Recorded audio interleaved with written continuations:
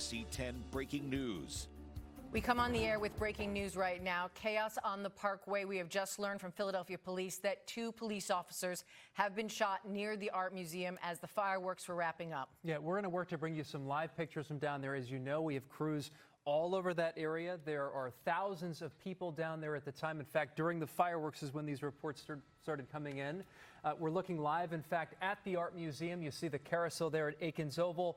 And where you'd normally see a ton of people back there, a staging area for a lot of law enforcement, for a lot of our crews and people working the stage, it's pretty empty. You see flashing red and blue lights instead. Not much activity, however, there right in front of the art museum steps.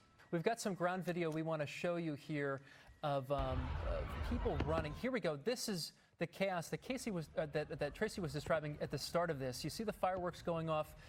You can imagine the confusion as people running. You hear the pop of the fireworks.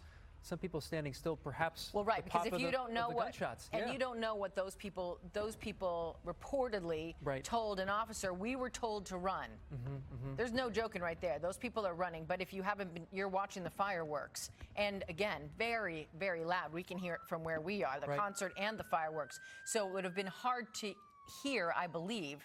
We're looking at this screen with you and trying to glean exactly what might be going on there, in addition to receiving texts and calls from our sources in law enforcement. And we're doing our best here to confirm with police before we bring you those details live on TV. And again, we're live on television right now because there's been a report by police of 2 officers who've been shot. We see some of the resultant chaos in a video we're about to show you. Again, this video coming in as we speak. And we're seeing it right with you. Here it is. And you can see those people, yeah. Let it breathe a little bit because you can hear the confusion and the chaos running through the grass there. In fact, you even see in the back there a Philadelphia police officer on a bike directing people. And we know what happens in these situations, right? But yeah, you're right. You saw the police officer on the right-hand side. It looked like he was trying to say, come on, come on, come on, let's go. And then you know what happens in situations like this, especially when there's a crowd. It starts. You hope that no one gets hurt in the rush to get away from the danger. We're starting to get reports, and we're going to wait till we get it all confirmed, that they believe, and it would make sense based on these pictures, that the shooter is still in this immediate area, in the art museum area at the sort of top of the Ben Franklin Parkway. And now let's listen to an interview that we got on the scene. Where were you when, like, what happened? Well, I was up there like 10 minutes ago, and there was the first shot, and everybody started running. You heard the shot? I didn't hear the shot, no, but the cops were like, run, run, run. And then it just happened again. They're like, don't run that way, so I don't know where to run. There's nowhere to run. I like, so like, Jello, I'm so sorry. Was that when the fireworks, had the fireworks already started? No, it was before the fireworks. Oh my God, they're running again. So there you go. So that's somebody that's on the ground right there. Looks like they're outside the fencing, and you see some of the lights there set up right in the middle of Aikens Oval to get your bearings right. Very close to the art museum, certainly within walking distance, or in this case, a lot of people running. You hear the confusion. In fact, you see it too. Some of the Philadelphia police officers there heading down to where what we think is the staging area, in fact, in front of those steps. Right there, you see those 2 women there being guided away. Now we have Tim Furlong, who has been there all afternoon. Tim, tell us where you are. Tim, can you hear us? Go ahead. I'm not going to do that, actually. I'm not going to tell you specifically where we are. Okay. I can hear you. We're not going to tell you specifically where we are, but we Got have it. made sure that we have a total head count for our NBC employees, which we have a lot of NBC employees down here, on-air, off-air, production companies, things like that, that we're working with to produce the event. So everybody is safe as far as we know. That's a good thing. We hear stories about Karen Waugh and Sheila Waco. That's obviously concerning to us, but we're hunkered down doing our best. I went out there to the fireworks because I was out there with a camera covering the fireworks. And as I started walking toward the Ferris wheel at Aikens Oval, that's when people started, a wave of people were running toward me. And even officers on the scene, some of whom didn't have radios, were like, I don't know what's happening here. I saw kids crying and things like that. And they're all running toward me, and some didn't know what happened, and they were just told to get the hell out of there, is what one family told me. They said they were just told to run by a couple police officers that were on the scene right there. And so they took off running, and as I was then starting to proceed to come back toward the stage area, I started seeing a wave of police officers running sort of toward me to go back to the art museum. Again, a lot of confusion out there, not helped, of course, by the fact there's fireworks going off that sound like gunshots. And so there's music and fireworks and people screaming and crying. It was a surreal kind of situation. We had police officers come to our location, and they said basically that they wanted to make sure we were all safe, but also that they were missing a 6-year-old girl. And they asked if she might be with us or things like that, and of course she's not. So police are looking for this child. We're also sort of we've been told we're in sort of a lockdown, stay-in-place kind of order right now while they search some buildings in our immediate area. I heard you guys talking to me, and there's a lot of apartment buildings around here. If you wanted to run away from the parkway and hide, you can absolutely do that. And again, on the parkway itself, they did their best to seal off and kind of restrict access to who could come in. They had the magnetometers that we've reported on this week, but you can't stop everything because it's a porous fence line. They're not huge concrete walls or anything like that. And so it's been a little bit tricky. And what we're looking at is a pretty recognizable place. If you drive around the city of Philadelphia at night, you see those the lights there glow. At the top, it's red, blue. That's where police activity seems to be centered at the moment, Trace. NBC 10's Rosemary Connors has been down there all afternoon. She was up on stage. Now she's on the phone with new information that she's getting from all of her sources. Rosemary, what do you know? Tracy and Keith, I'm in a secure location as well, along with some of our other colleagues. I'm in a different location, but in a secure location. Here's some new information, and then I'll tell you about my experience. So, new information I have is that it looks like this originated close to 25th and Spring Garden, happened around 9:47. What I'm hearing is that one of the police officers sustained a graze wound to the head. The second police officer, who may have been assigned to a local bomb squad, presumably here for precaution, sustained a gunshot wound to the right shoulder. Both taken to Jefferson in stable condition. That's what we have right now. That's what I'm getting from my sources at this moment. This is obviously an incredibly fluid situation. As you can see right here, police are really kind of getting frustrated with people because they're coming to this obvious scene. Actually, let's show you what this scene looks like right now. So they're not letting us go back to where this happened earlier, but if you take a look, there are officers all over this area surveying the area, making sure people do not try to come through this area, despite seeing hundreds of officers out here, many police vehicles out here. Bicyclists, pedestrians are continuously walking over. They're even telling us to back up over here on the other way. Sorry about that. So what we saw earlier, back to what we saw, this stampede happened while we were in the middle of interviewing a few kids. Thousands of people rushed towards the front of the stage. I myself had to take cover underneath the stage with 3 other people I had to help pull onto that stage so that we could duck down on the ground behind a DJ podium where there was some man named Mike who was talking to the director of this show and telling us to stay there and when it was okay to rush back to our vehicle. My photographer, Brad, stayed, watched his shoulder, but got all of this video you're seeing right now, watching all of this mayhem break out, not 1, not 2, but 3 times. Here's what happened when we were able to run just a block down Benjamin Parkland Frankway. Officers said that there was an active shooter coming from a completely different direction from where this festival was. They started running towards that way, told everybody to get out the way, take cover behind all of these food trucks. I'm not sure if I'm on camera or not right now, but all of the food trucks that are lined up on this street. They told anybody who was around to duck down, get inside the food trucks, get behind the tires, do something to block themselves from bullets. These are the food trucks I'm talking about that are lined up all here on the street.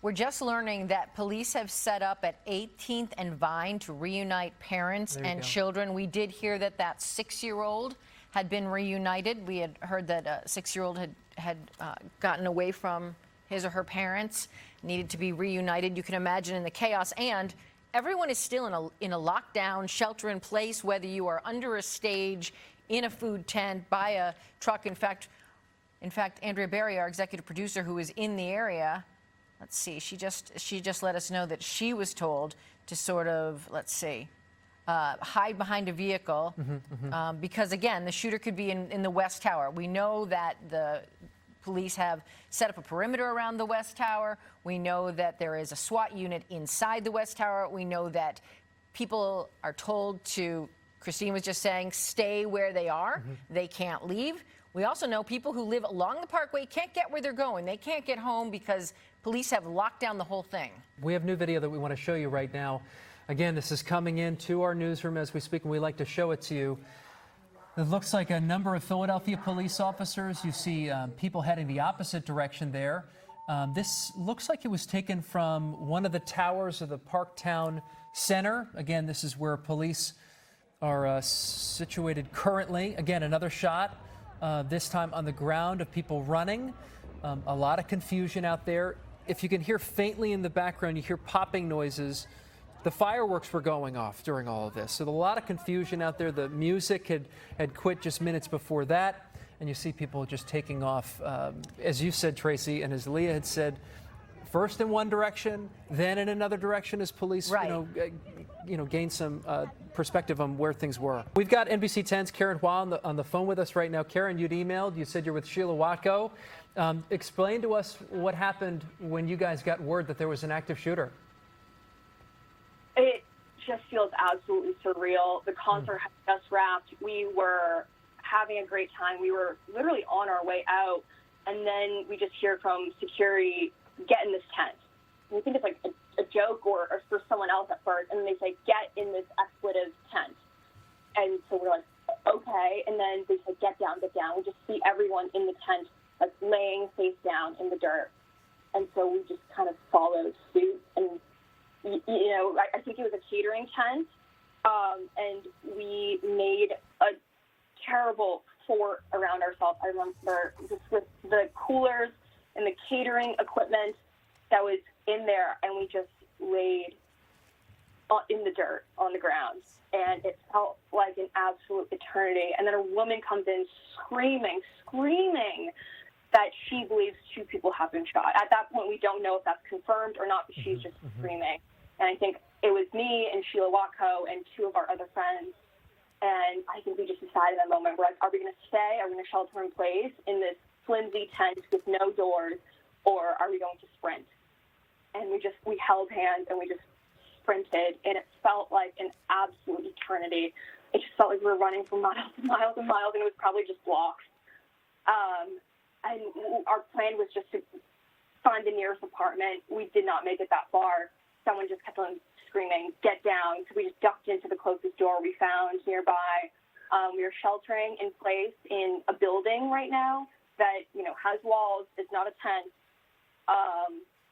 We're staying here until, you know, we're given the all clear until we're good to go. But there are a lot of people in here. There are other girls and other people who went to the concert, people who just streamed into the door here screaming or crying or calling their loved ones, like saying, like, I love you, Mom, I love you, Dad. So we are currently sitting on the ground in the back of a building. Jim and Jackie have been on the Parkway all afternoon, all evening. We now have them with us. We know that you're all safe. We're glad to hear that you're safe. We're glad to be able to come to you back live after we hit the deck, basically, on our platform where we were watching the fireworks with everybody at home. And then we got word of a possible active shooter. And so we just hit the floor. Of course, this is the stage behind us where the concert took place, and we were just in front of this stage on the platform broadcasting that entire concert, and we got word that there was an active shooter here on the Parkway on the grounds. That's all we knew at the moment, and we got down and took cover, not knowing what the circumstances were surrounding it. We did see officers running by our platform, telling people to run, to get to safety, to run in the direction of City Hall, down the Parkway. We didn't move because we didn't feel it was safe to move at that point, so we stayed in place and stayed put until one of our producers came and got us to a safe location. John McNesby just came out of the hospital. He spoke with both officers. He said it's amazing these guys are alive, and he did say one is a shoulder injury, and he said the other one was a graze wound technically, but the bullet actually lodged in the hat. And I know you guys are working turning around. Yeah, John gave us this picture, if we can see that. I mean, literally, it's a bullet wedged into the hat. Exactly. That's our reaction as we're standing here watching this too. As you guys mentioned, I think you said Josh Shapiro is here. The mayor is going to come out and speak with us, we understand, as is the police commissioner, Danielle Outlaw. So we're waiting on that to happen at this point. But John McNesby walked out of here a very relieved man, frankly. I mean, you could see it on his face. This could have been a lot worse. And he said, sorry to the people of Philadelphia that this beautiful event, this awesome community event that we had, is marred by gun violence once again in the city of Philadelphia. That's what we're talking about, is gun violence, and not something super positive. Here, helicopters going overhead right now. It's getting pretty loud over here. But yeah, so we're going to have more information. Again, as I said, we're expecting the commissioner, possibly the mayor, to come out here in a short while too. So we'll come back to me when we have that for you. Maybe we can take that live. We'll work on that. Our producers are going to keep an eye on our feed to make sure we get that to you. We have new video in. We're hearing from our producer. Let's take a look at that. We're continuing to get new video in. Oh, wow. Look at this. Oh, my goodness. Look at all the kids. Oh, that's where Tim was. He was talking about how he was walking toward. Oh, my You see the Ferris wheel up in the right-hand corner? He was walking toward the fireworks. It happened at 9:45, so it happened about 2 hours ago. You see the person just left their shoe behind. Yes. You see it right there on the ground, a sandal. We're trying to turn that picture around for you that Tim Furlong showed you on the phone, on his phone when we went to him at the hospital, showing the bullet lodged in the officer's cap. And now we're also learning that in that cap was a memorial card from a Philadelphia police chaplain who passed in May. And now we have video of the hat. Yeah, what do we have video here of? Here we go. There we go. So that's the picture right there. Below it, and you can see that card there. And here's the reason why we're not showing it to you. For one, we want to be able to confirm exactly who is on it. And then number two, there's some blood at the top of the photo. And because we're on television, we want to make sure that we're careful with what we show you, especially considering people might be watching this with kids, because there are a lot of kids out there on the Parkway that might be curious as to what happened.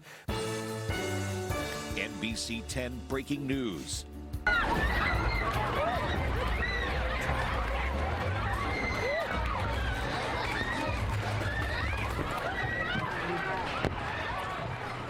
Chaos on the Parkway, a 4th of July celebration turning into madness.